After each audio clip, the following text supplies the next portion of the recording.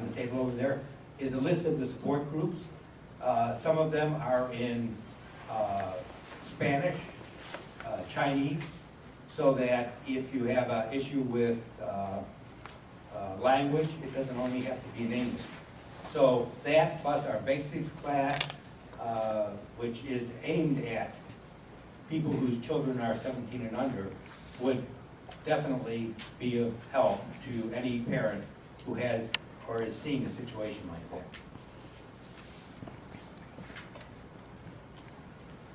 Okay, 3 more.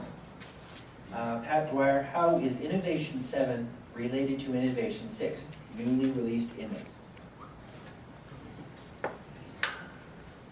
I can't even make that comparison because I know what Innovation 6 is. And I read an overview, but I'm not familiar with all the details of it.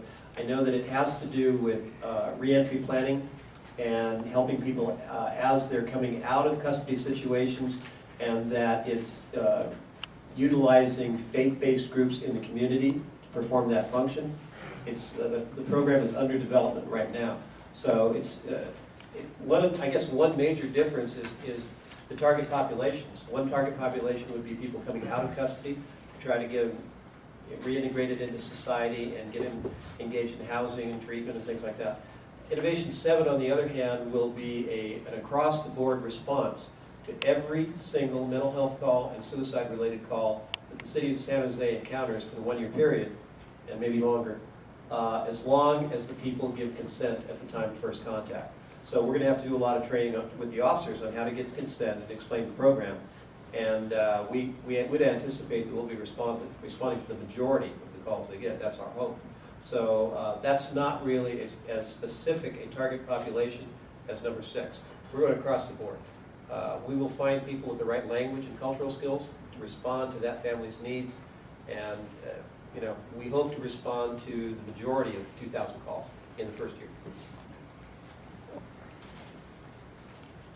Thank you. This one says, the ECAC department would like help to release the money to renew our contracts and to do outreach to help the community be educated, which will help the police department. Does anybody respond to that statement? I agree. Very good. And last, Bob Sipple would like to make a statement. I just want to add something. I retired from EMS many, many decades as a paramedic, and oh, you want me to stand up? All right.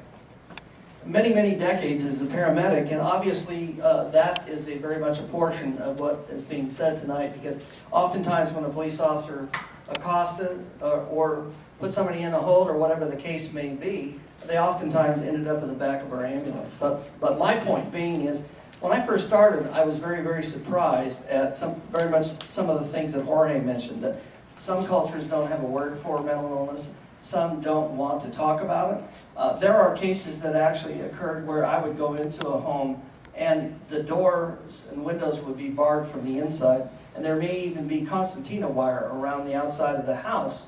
And at a later point I found out that the individual is violent and escapes all the time.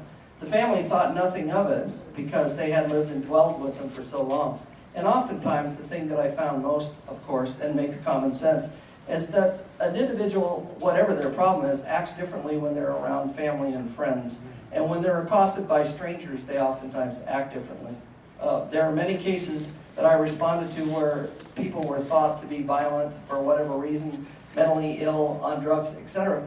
And it was a simple case of maybe they just got divorced and lost custody of their child. And it bothered them so much they were just not acting right, one way or the other. So I even worked with San Jose PD a number of years ago to try to help with that process of education. But I just want you to know that oftentimes what you see is not what is real. Meaning, I have had family members accost me as a paramedic because I've had to restrain a patient that was violent. And it's a policy, it isn't necessarily my desire. Oftentimes I've been able to talk somebody down and take all the restraints off, which P.S. I can say now, I would be fired if I did it. But they see us putting somebody in soft restraints and they see it as a personal insult. And so I've been attacked. I've been hit with a bat once because of that. Oftentimes the officer has no choice. I've actually been at 3 of the shootings and have been present, and that's something I didn't enjoy. But when a person, I heard the response, there was 12 bullets. I have only been where there was 1, where there was 9. Trouble is, there was 4 officers there, and each one of them fired so many rounds. Having been to war, I don't know what I would do, and I'm not referring this as to a warlike situation. But I do know officers that, to this day, I know, are also mentally touched because they've actually had to take a life. Anyway, I hope that these meetings continue. I'm one of the speakers at the next one, but I think tonight I learned stuff, and I've been in this industry to a certain extent for over 25 years, and I learned stuff tonight. So education and holding hands is what's going to solve this, and not throwing rocks and pointing fingers. So thank you.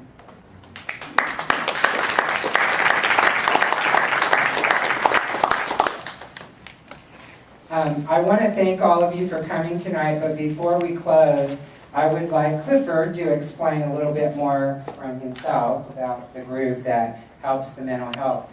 Now, before I do that, Sandra, can you stand? Raise your hand.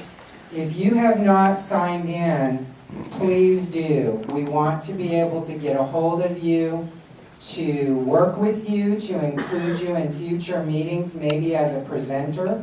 But most importantly, to get you the information for what we're doing in the future.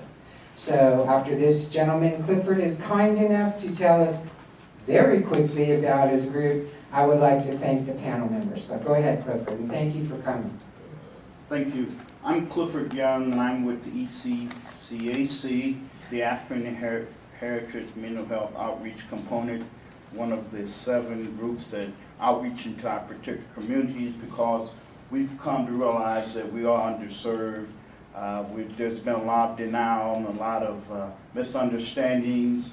One of the things that I'm concerned about is, as a African male and have made it to this point, even though I'm a consumer, that there's a great population of blacks in prison, and there's a substantial number of them that are mentally ill, and how they're great impact upon my community. So I'm very much committed to helping you and others here in this room act in that regard, and also the other groups, because we do realize that the taboo and all the other things, the stigma, has been a great hindrance to us. So we're going to go forward, and with or without the money, with the more money, the more we can do. So thank you.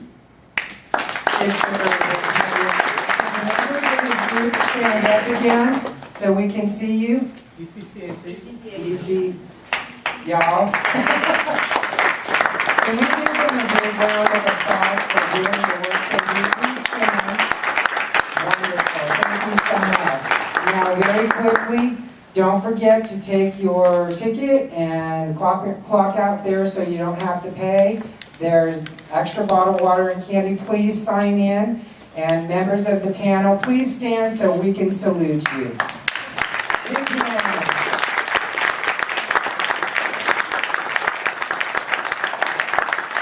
This is the best community meeting I've ever been to, thanks to you. Have a good night.